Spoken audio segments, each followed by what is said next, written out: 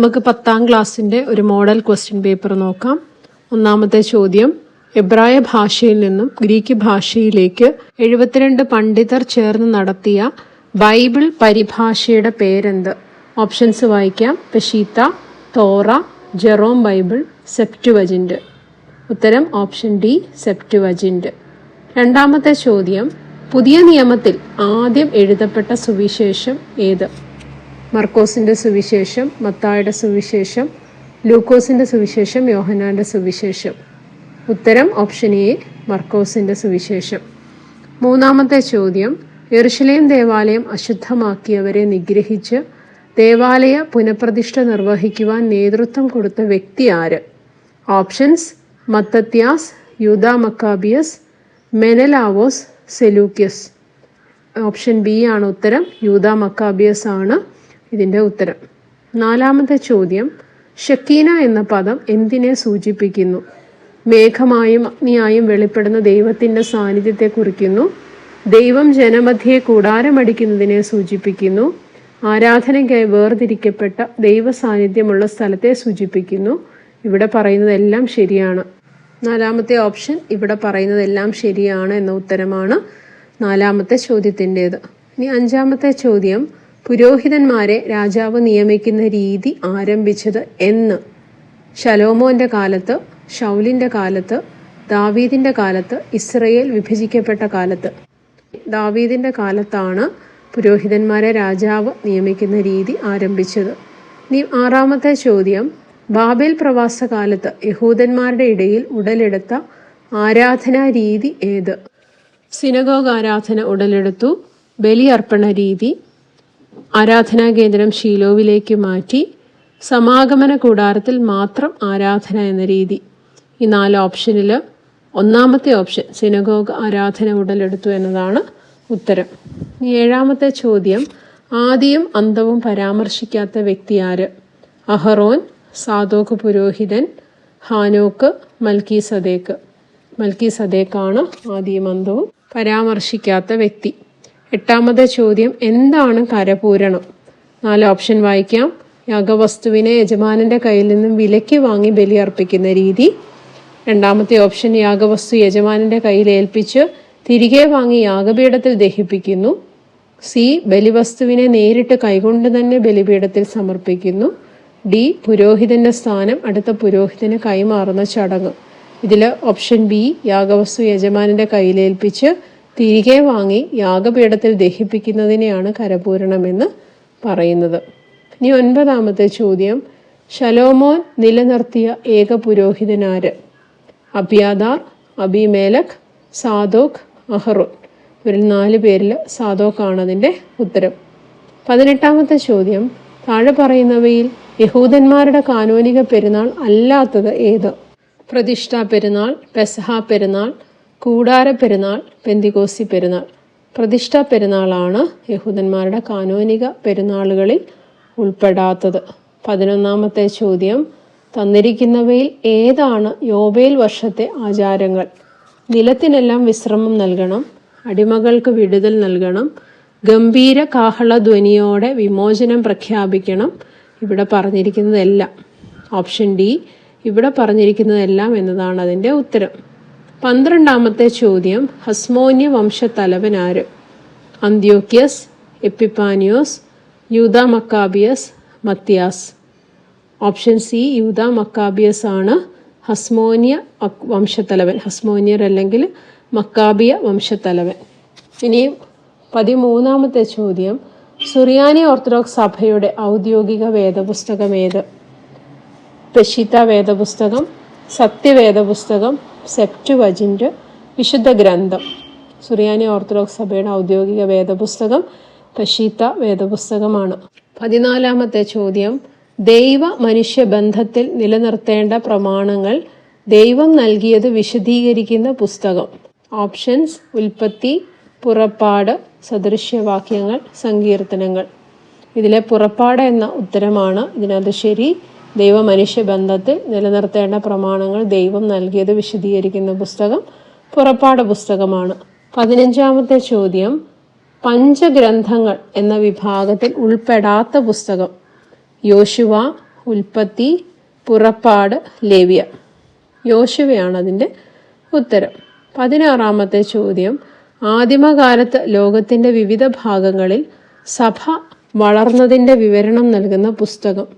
വിശുദ്ധ മത്തായിയുടെ സുവിശേഷം, വിശുദ്ധ യോഹന്നാൻ്റെ സുവിശേഷം, വിശുദ്ധ ലൂക്കോസിൻ്റെ സുവിശേഷം, അപ്പോസ്തല പ്രവർത്തികൾ. അപ്പോസ്തല പ്രവർത്തികളാണ് ആദിമകാലത്ത് ലോകത്തിൻ്റെ വിവിധ ഭാഗങ്ങളിൽ സഭ വളർന്നതിൻ്റെ വിവരണം നൽകുന്ന പുസ്തകം. 17-ാമത്തെ ചോദ്യം, പൗലോസിൻ്റെ ലേഖനങ്ങളെക്കുറിച്ചുള്ള ശരിയായ പരാമർശം തിരഞ്ഞെടുക്കുക. പൗലോസിൻ്റേതായിട്ട് 12 ഗ്രന്ഥങ്ങൾ നമുക്ക് ലഭ്യമായിട്ടുണ്ട്. സഭയെ ഒന്നടങ്കം ബാധിക്കുന്ന പ്രശ്നങ്ങൾ മാത്രമേ ലേഖനത്തിൽ പരാമർശിക്കുന്നുള്ളൂ. വ്യക്തികൾക്ക് കത്തയക്കുന്ന രീതി പൗലോസിനില്ലായിരുന്നു. പൗലോസിൻ്റെ എല്ലാ എഴുത്തുകളും നമുക്ക് ലഭ്യമായിട്ടില്ല. ഇതിൽ പൗലോസിൻ്റെ എല്ലാ എഴുത്തുകളും നമുക്ക് ലഭ്യമായിട്ടില്ല എന്ന ഓപ്ഷനാണ് ശരിയായിട്ടുള്ളത്. ബാക്കിയൊക്കെ തെറ്റാണ്. പൗലോസിൻ്റേതായിട്ട് 14 ലേഖനങ്ങൾ നമുക്ക് ലഭ്യമാണ്. സഭയെ ഒന്നടങ്കം ബാധിക്കുന്ന അല്ലാത്ത കാര്യങ്ങളും ലേഖനങ്ങളിൽ പറയുന്നുണ്ട്. അതുപോലെ വ്യക്തികൾക്ക് കത്തയക്കുന്ന രീതി പൗലോസിനുണ്ടായിരുന്നു. ഇനി 18-ാമത്തെ ചോദ്യം, പൗലോസിന്റെ ലേഖനങ്ങളെക്കുറിച്ച് ശരിയല്ലാത്തത് തിരഞ്ഞെടുക്കുക. ഇടയലേഖനങ്ങൾ എന്ന് വിളിക്കപ്പെടുന്ന 4 ലേഖനങ്ങളുണ്ട്. എല്ലാ കത്തുകളും അഭിവാദനത്തോടെ ആരംഭിക്കുന്നു. കത്തുകളുടെ സമാപനം ആശീർവാദത്തോടെയാണ്. സഭയിലെ മിക്ക ശുശ്രൂഷകളിലും പൗലോസിന്റെ ലേഖനങ്ങൾ വായിക്കാനായി ഉൾപ്പെടുത്തിയിട്ടുണ്ട്. ഇതിലെ ശരിയല്ലാത്തത് ഇടയലേഖനങ്ങൾ എന്ന് വിളിക്കപ്പെടുന്ന 4 ലേഖനങ്ങൾ ഉണ്ട് എന്നതാണ്. ഇടയലേഖനങ്ങൾ 3 എണ്ണമാണ്, കാരാഗ്രഹ ലേഖനങ്ങളാണ് 4 എണ്ണം ഉള്ളത്.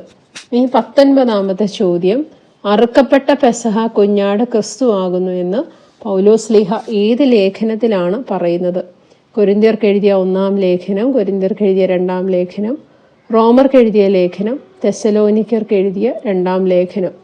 ഇതിൽ കൊരിന്ത്യർക്ക് എഴുതിയ 1-ാം ലേഖനത്തിലാണ് അറുക്കപ്പെട്ട പെസഹ കുഞ്ഞാട് ക്രിസ്തു ആകുന്നു എന്ന് പൗലോസ്ലീഹ പറയുന്നത്. ഇനി 20-ാമത്തെ ചോദ്യം, പൗലോസ്ലീഹ സഭയെ കുറിക്കുവാൻ ഉപയോഗിക്കുന്ന പ്രതിരൂപങ്ങളേവ? ഓപ്ഷൻ എ മന്ദിരം, മണവാട്ടി, പ്രാവ്. ഓപ്ഷൻ ബി ശരീരം, മന്ദിരം, പ്രാവ്. ഓപ്ഷൻ സി ശരീരം, മന്ദിരം, മണവാട്ടി. ഓപ്ഷൻ ഡി മണവാട്ടി, പ്രാവ്, ശരീരം. ഇതിൽ ഓപ്ഷൻ സി ശരീരം, മന്ദിരം, മണവാട്ടി. ഈ 3 പ്രതിരൂപങ്ങളാണ് പൗലോസ്ലീഹ സഭയെ കുറിക്കുവാനായിട്ട് ഉപയോഗിക്കുന്നത്. ഇനിയും 21-ാമത്തെ ചോദ്യം, സഭയിലെ 3 ശുശ്രൂഷ സ്ഥാനികൾ ഏവ? ഓപ്ഷൻ എ കാതോലിക്ക, കശീശ, ഷെമ്മാശൻ. ഓപ്ഷൻ ബി റംബാൻ, കശീശ, ഷെമ്മാശൻ. ഓപ്ഷൻ സി പാത്രിയർക്കീസ്, കാതോലിക്ക, പോപ്പ്. ഓപ്ഷൻ ഡി എപ്പിസ്കോപ്പ, കശീശ, ഷെമ്മാശൻ. ഓപ്ഷൻ ഡി ആണ് അതിൻ്റെ ഉത്തരം, എപ്പിസ്കോപ്പ, കശീശ, ഷെമ്മാശൻ. ഇനി 22-ാമത്തെ ചോദ്യം, പ്രത്യാശയുടെ ലേഖനം എന്നറിയപ്പെടുന്നത് ഏത് ലേഖനമാണ്? പത്രോസിൻ്റെ 1-ാം ലേഖനം, ഫിലിപ്പിയ ലേഖനം, എഫേസ്യ ലേഖനം, യോഹന്നാൻ്റെ 2-ാം ലേഖനം. ഈ 4 ഓപ്ഷനിൽ പ്രത്യാശയുടെ ലേഖനം എന്നറിയപ്പെടുന്നത് പത്രോസിൻ്റെ 1-ാം ലേഖനമാണ്. 23-ാമത്തെ ചോദ്യം, താഴെ പറയുന്നവയിൽ ഡോസറ്റിസവുമായി ബന്ധമില്ലാത്ത ഉപദേശം ഏത്?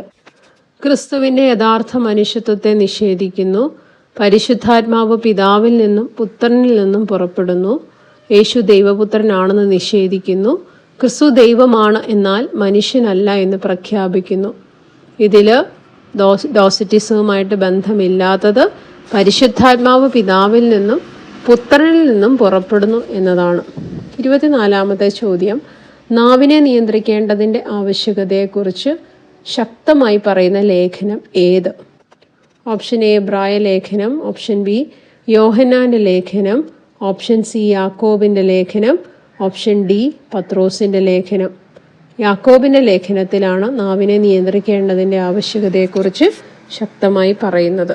25-ാമത്തെ ചോദ്യം, യോഹന്നാൻ ശ്ലീഹ നാട് കടത്തപ്പെട്ടത് എവിടേക്ക്? പത്മോസ് ദ്വീപിലേക്ക്, മൊളോക്കോയ് ദ്വീപിലേക്ക്, താബോർ മലയിലേക്ക്, ആഥോസ് മലയിലേക്ക്. യോഹന്നാൻ ശ്ലീഹയെ നാട് കടത്തിയത് പത്മോസ് ദ്വീപിലേക്കാണ്. ഓപ്ഷൻ എ ആണ് ഉത്തരം. 26-ാമത്തെ ചോദ്യം, വെളിപാട് കൃതികളുടെ പ്രത്യേകത അല്ലാത്തത് ഏത്? അവ വർത്തമാനകാലത്തെ ആത്മീകവും ധാർമ്മികവുമായ വിഷയങ്ങളിൽ പ്രബോധനം നൽകുന്നു. ഭാവിയിൽ ദൈവം ഇടപെട്ട് ലോകത്തെ വിധിക്കുന്ന കാര്യങ്ങൾ അവതരിപ്പിക്കുന്നു. വെളിപാട് കർത്താക്കൾ ഗൂഢാത്മകമായ പ്രതീകങ്ങൾ ഉപയോഗിക്കുന്നു. അവ വിശ്വാസികൾക്ക് ധൈര്യം പകരുന്നു. ഇതിൽ ആദ്യത്തേത് വർത്തമാനകാലത്തെ ആത്മീകവും ധാർമ്മികവുമായ വിഷയങ്ങളിൽ പ്രബോധനം നൽകുന്നു എന്ന ഓപ്ഷനാണ് വെളിപാട് കൃതികളുടെ പ്രത്യേകത അല്ലാത്തത്. അപ്പോൾ ഓപ്ഷൻ എ ആണ് അതിൻ്റെ ഉത്തരം.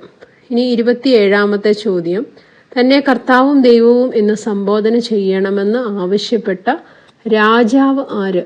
ഓപ്ഷൻ എ നീറോ ചക്രവർത്തി, ബി കുസ്തന്തീനോസ് ചക്രവർത്തി, സി അന്ത്യോക്യസ് ചക്രവർത്തി, ഡി ഡൊമീഷ്യൻ ചക്രവർത്തി.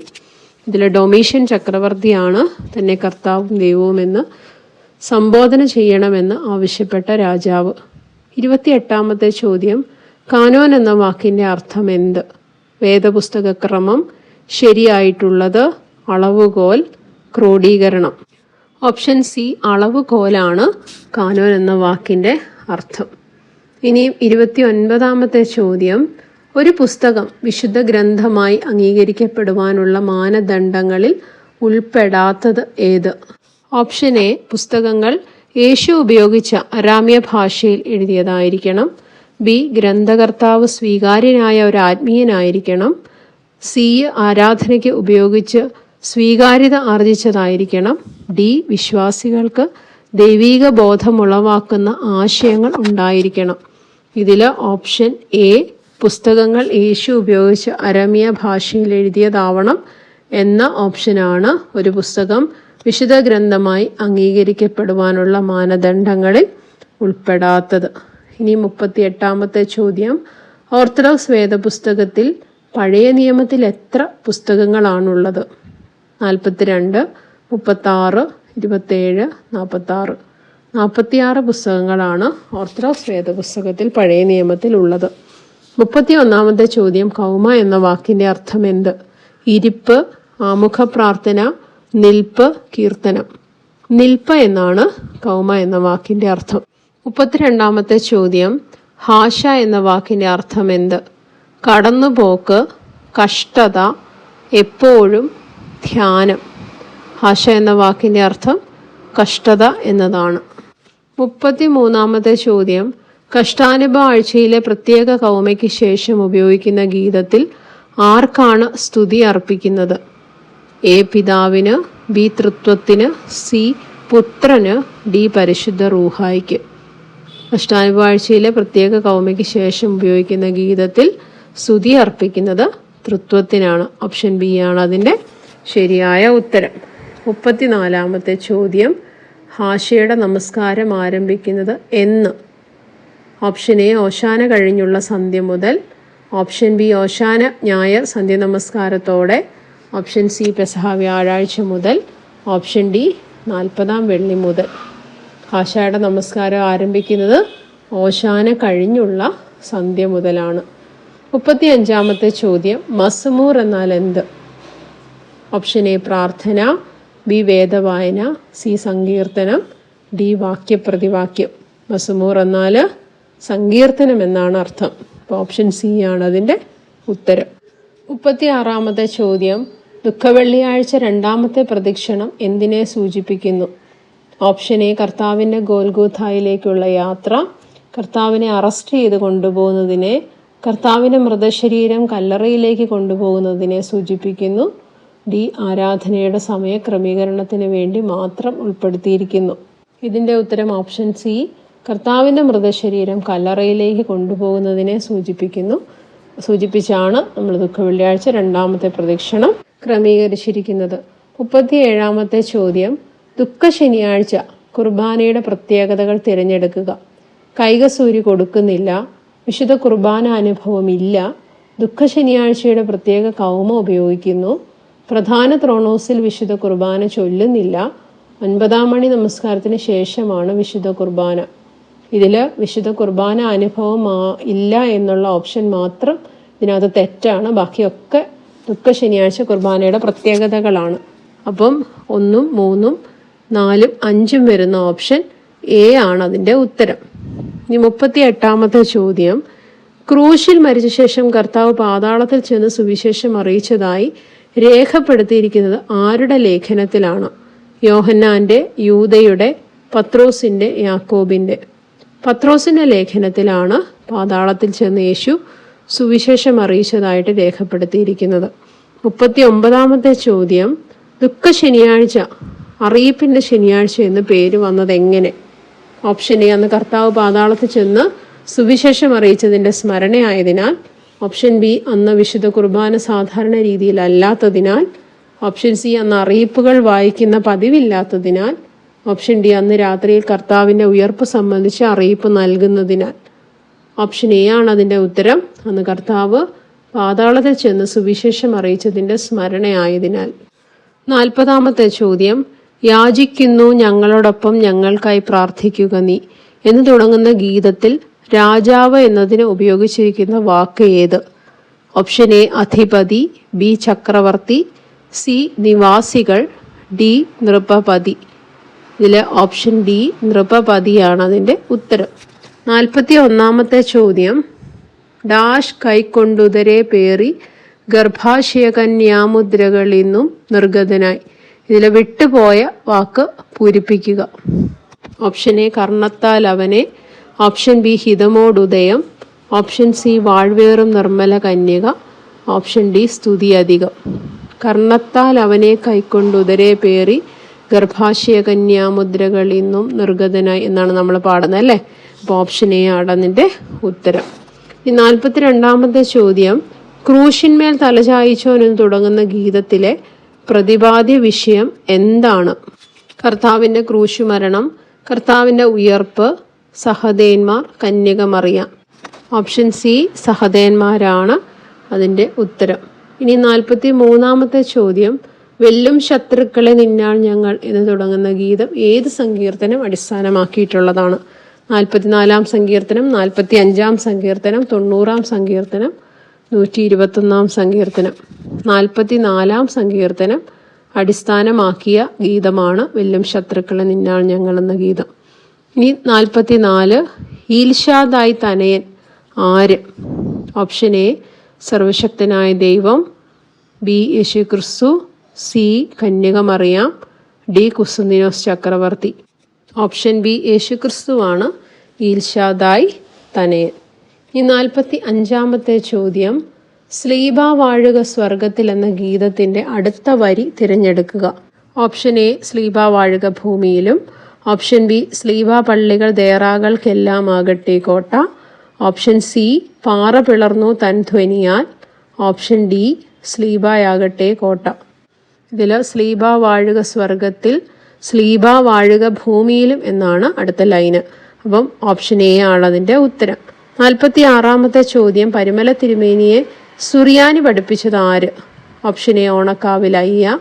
Option B, Mathews Mar Athanasios. Option C, Geevarghese Malpan. Option D, Mar Kurilos. Geevarghese മൽപ്പാനാണ് പരിശുദ്ധ പരിമല തിരുമേനിയെ സുറിയാനി പഠിപ്പിച്ചത്. ഓപ്ഷൻ സി ആണ് അതിൻ്റെ ഉത്തരം.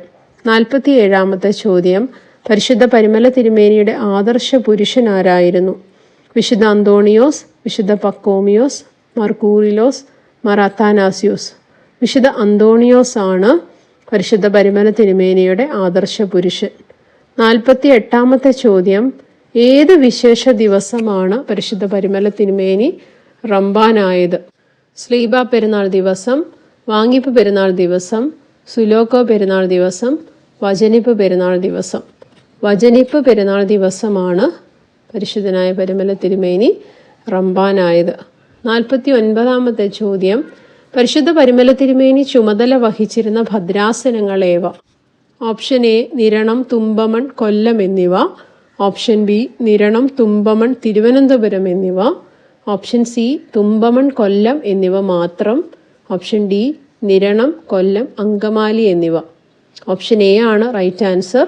നിരണം, തുമ്പമൺ, കൊല്ലം എന്നീ ഭദ്രാസനങ്ങളുടെ ചുമതലയായിരുന്നു പരിമല തിരുമേനി വഹിച്ചിരുന്നത്. 50-ാമത്തെ ചോദ്യം, അവസാനത്തെ ചോദ്യം, ദൈവത്തെ ഭയപ്പെടണം, ഡാഷ് പേടിക്കരുത്. പരിമല തിരുമേനിയുടെ ഈ വചനം പൂരിപ്പിക്കുക. ഓപ്ഷൻ എ, ശത്രുവിനെ. ബി, സാത്താനെ. സി, മനുഷ്യനെ. ഡി, ദുഷ്ടനെ. ദൈവത്തെ ഭയപ്പെടണം, സാത്താനെ പേടിക്കരുത് എന്നായിരുന്നു പരിമല തിരുമേനിയുടെ വചനം. അപ്പം ഓപ്ഷൻ ബി ആണ് അതിൻ്റെ ഉത്തരം. ഇത്രയും ചോദ്യങ്ങളാണ് ഈ ഒരു ചോദ്യപേപ്പറിലുള്ളത്. എല്ലാവരും പരീക്ഷയ്ക്ക് നന്നായി പഠിക്കുക. ഈ ക്വസ്റ്റ്യൻ പേപ്പർ അതിന് നിങ്ങൾക്ക് സഹായകരമാകുമെന്ന് വിചാരിക്കുന്നു. എല്ലാവർക്കും വിജയാശംസകൾ നേരുന്നു. Thank you.